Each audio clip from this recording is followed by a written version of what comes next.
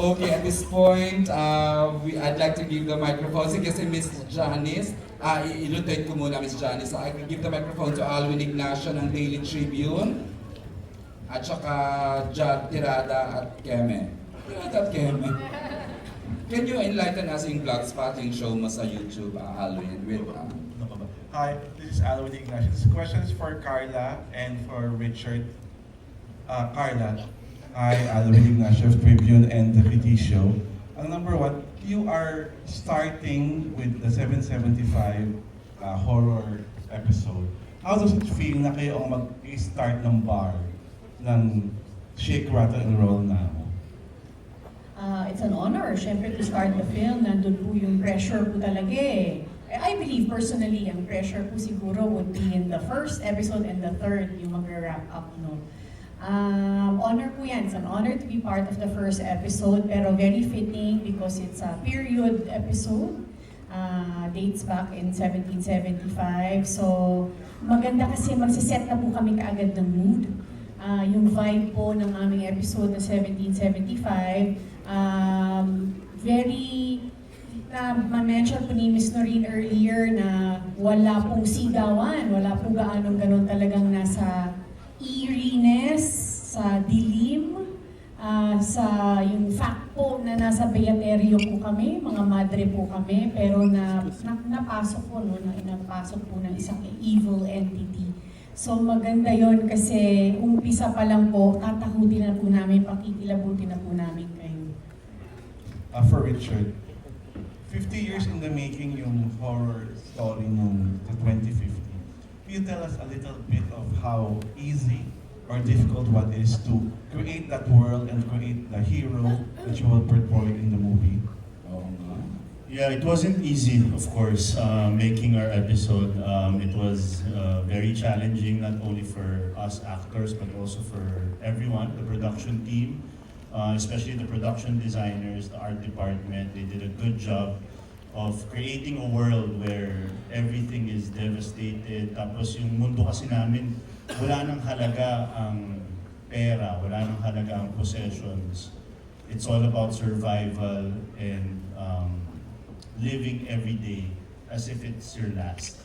So ganun yung tema nung episode 3. And yung episode 3, from the moment na mag-start yung episode namin, all the way to the end, intense, pa-intense ng pa-intense. Like, talagang non-stop. So, yun naman yung pressure sa episode namin. We need to wrap up the film, we need to have a nice climax and everything. So, non-stop yung survival namin dun sa episode 3. What kind of hero is your character? He's the, parang hindi naman talaga siya hero eh. Napilitan lang siya na i-lead yung grupo niya, yung mga mahal niya sa buhay, sa ligtas na lugar. At parang ano siya, tawag dito, hindi siya yung hero na talagang he's skilled to be a hero. He's survival. Hindi siya pa-hero. Parang ano siya, inililigtas lang niya yung sarili niya at yung mga mahal niya sa buhay dito sa mundong punong-puno na ng aswang. Okay. Last question for Miss Madeline Reyes. Miss Madeline, you were in the very iconic Shake, Rattle, and Roll 2 na isang buong aswang village. Yes. Ang kinalaman nyo ni Aljon Yes po. Jimenez. So, paano, ano mas nakakatakot? Yung mga aswang nung Yung mga panahon yun?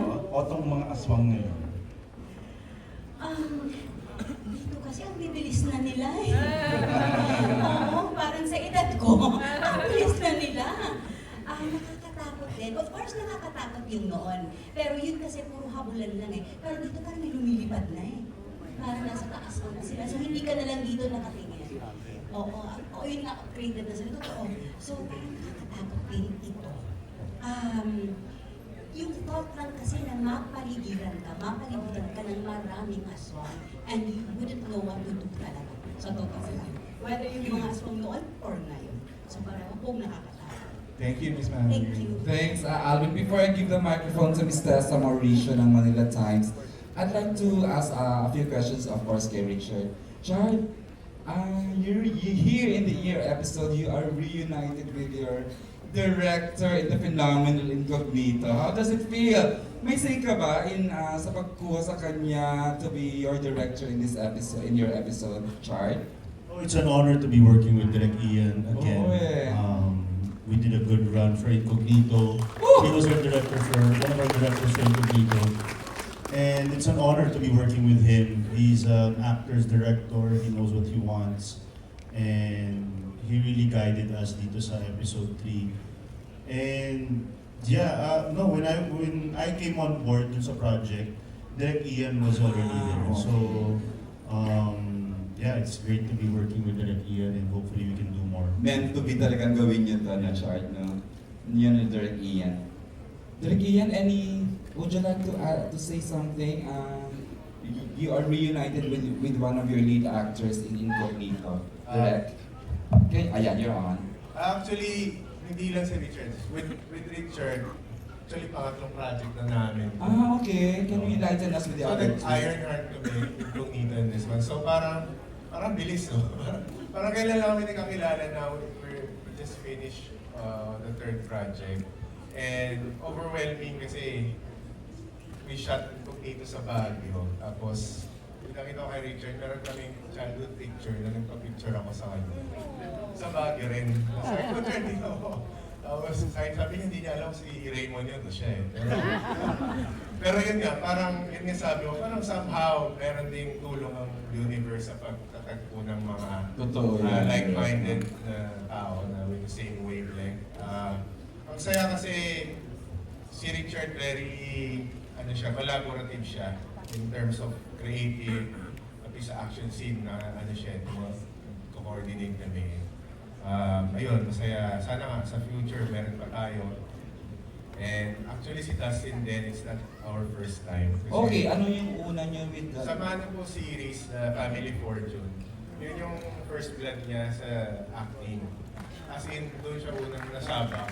Tapos yung role niya very challenging kasi parang yung character niya parang may anxiety the whole series. So, ewan ko kung nagka-anxiety siya.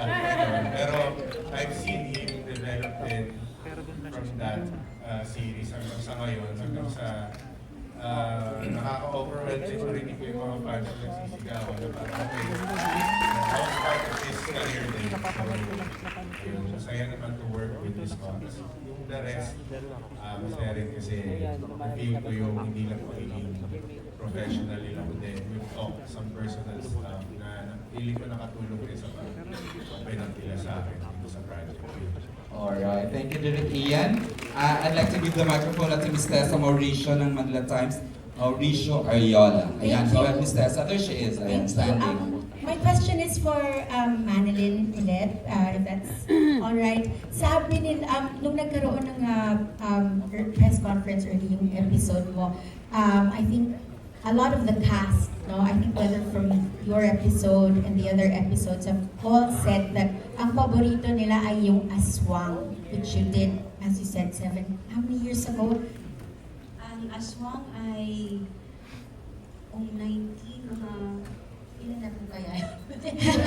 I think 87, I think, or 88. Oh. Yun daw ang talagang tumatak sa kanila, whether from our young cast or the older members of our cast. Anong masasabi mo about that? Naku, maraming salamat sa inyo. Thank you. At syempre, lagi ko akong grateful sa Regal Films dahil nagsimula doon sa aswang na yon, sa Shake, Rattle, Roll 2, hanggang nag 3, 4, 5, and 8, and then ngayon dito sa Evil Origins kasama ko. Thankful ako dahil tuwing nakakausap ko kahit itong mga kabataan na nga ang tawag ko, itong mga kabataan, pati ikaw, no? Itong mga batang to, sinasabi talaga nila na yun nga daw ang natakot silang sobra. So, sa akin din po, huwag kayong mag-alala dahil dun ako din. Nung una kong ginawa yun, pag umuwi ako, parang feeling ko sinusundan ako ni Ditores, ni Tanda. Sa totoo lang, opo, ganun din ako katakot. So, thank you dahil naaalala niyo lagi. Thank you rin sa fans na nandito dahil naaalala din niyo yung mga yon. Thank you sa ating Mandalena, sa nandiyan din. Thank you so much. And, just one question po for Rosel and Attorney Keith. Are they? There you are. Ang tanong ko lang po, no, what does it mean for the both of you to be able to come up with this edition again, no, this edition of Shake, Rattle, and Roll, only a little over a year since, of course, the passing of everybody's beloved mother, Lily. What does it mean for you to bring this back to the big screen? Yeah, I guess for me it means the world for me. As I mentioned earlier, Shake was the first horror movie I saw in theater with my Lola, and so upon coming back, I really wanted to do a Shake, and it was very lucky to be able to collaborate with my mom and the entire team on this movie. So it's very, very special. Thank you very much. Miss Tessa, you have no idea how hands-on the mother and son tandem of Mr. Sel and Give. Give it up for the mother and tandem producers now. Mother and son, Sir Give and Sel. Before I give the microphone to Miss Janice Navita, Miss Man, mo yung excitement ng tao seeing you here with the different generations?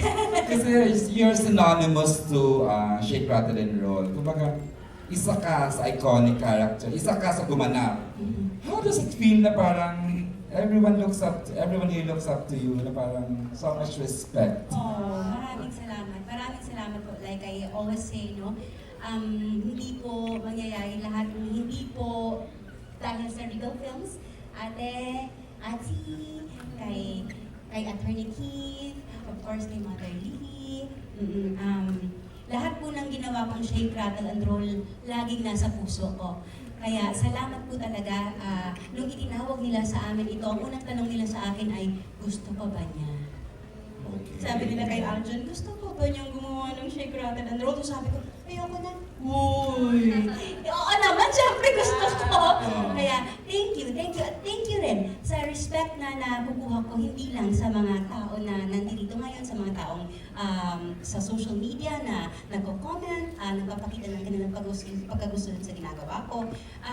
Sa lahat ng nakakatrabaho ko, awa ng Diyos, may respeto talaga silang pinapakita sa akin and I'm very thankful. Salamat sa inyo mga bata, salamat din sa ating staff, sa crew, sa lahat po, sa production team na ito ng Shake, Rattle. It's a well-deserved Thank you. respect for you, Miss Manny. Thank you po.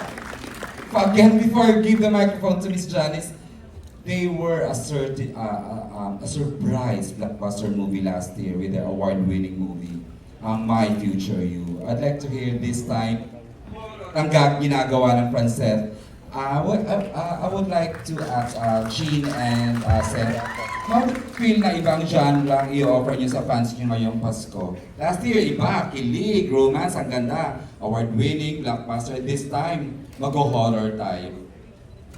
Seth and, magtitinginan lang tayo. How does it feel? Nakaka-pressure po talaga. I can tell. Kasi po, nag-MMFF kami last year, tapos MMFF po ulit this December.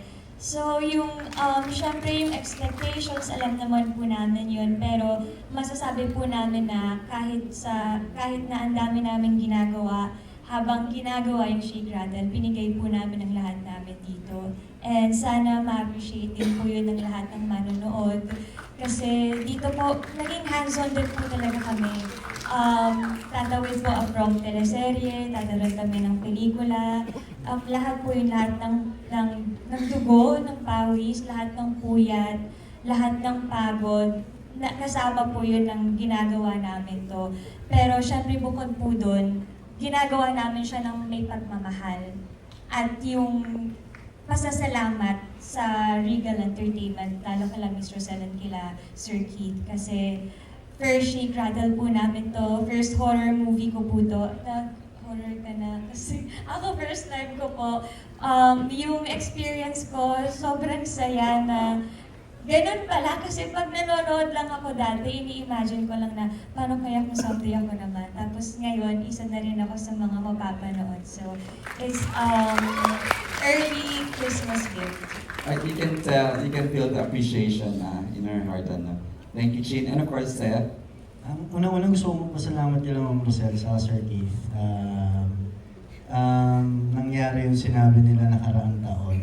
Tapos na natin ngayon, ma'am. Maraming salamat. Anong nangyari nung isang taon? In-announce na sa amin to nila, Ma'am Rosel. As early as At ngayon natapos natin. At thank you so much sa buong Regal team, Regal Entertainment. Alam namin nahirapan din sa schedule, hindi lang sa amin. And I know sa mga ibang cast dito nahirapan kayo na pagtagpo-tagpoy ng mga kalendaryo namin. Pero natapos natin. And yun, gaya po na sinabi ni Francine, nang ginawa namin yung My Future at ngayon masahanapan kami ng mga tao kung ano yung kaya namin i-contribute pa sa ibang genre ng pelikula. And sasabihin namin sa inyo guys, binigay namin to. Hindi take for granted to. Pinaghirapan namin.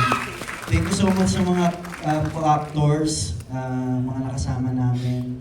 Napaka matulungin, cooperative ng mga cast. And yun, excited po ako masilip yung 1 and 3 na episode po. And I'm sure maganda po. Yay. Incidentally, kasama rin po sana kasama sa cast ng episode ni Chin tsaka ni Seth ang JM Fiang, kaya lang di sila ma-release sa taping. They're also in a locked-in taping. And speaking of JM Fiang, wala lang, sabi ko lang. Kala nyo ha. Before I give the microphone to Miss Janice, I'd like to ask a question. Dustin, kaya pa? Kaya pa? This year's back-to-back ang ginagawa ni Dustin. Dust! What can you offer here and what can you offer sa isang movie mo na later on, siguro sa Star Cinema na natin pag-uusapan? Well, Nakapagod ba? What has been the year 2025 sa'yo?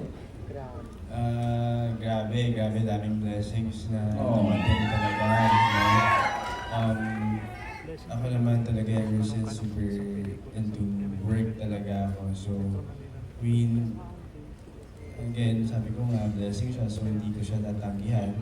At the same time, it's a way for me to grow also in this industry. So, ako super grateful ako sa lahat ng nangyayari, sa lahat ng mga projects, kahit na hindi ako familiar. Talagang pag-aaralan ko siya. At may times na yun nga, nagsabay yung dalawa kong pelikula, There's No More Left. So, to be honest, medyo magkaiba talaga siya ng malayo. Rom-com, tapos Oo eh. So, I mean, may mga times talaga na nalilito ako, pero ganyan siya. Oo, so, dumadating ako ng taping ng Love You So Bad na galit na galit pa rin ako. Kasi ba? Nalilito ako, oo. So, sabihin niya, puputi na lang dyan yung mga directors natin, mga producers. Gina-guide ka sa continuation ng characterization. Yes, kasi back-to-back palagi yung tapings ko. So, yeah. Jordan, alam mo ba ng pocket press ko niya, he was asked about you, Chard. Ang dami daw niyang discoveries sa'yo nang nagkakatrabaho kayo. He looks up I to hope you. it's good discoveries. Di ba nga? Gusto mo ulitin niya, di ba? Play natin. How do you feel na parang yung generation ngayon look up to you? As they're not naman kuya, but as a parang mini-mentor mo na rin sila pag nakatrabaho mo sila. Dustin has good words about you. Go ahead, Char. Ang totoo niyan, halos magkakabatch lang kami. Wow, talaga ba? I look up to them as well.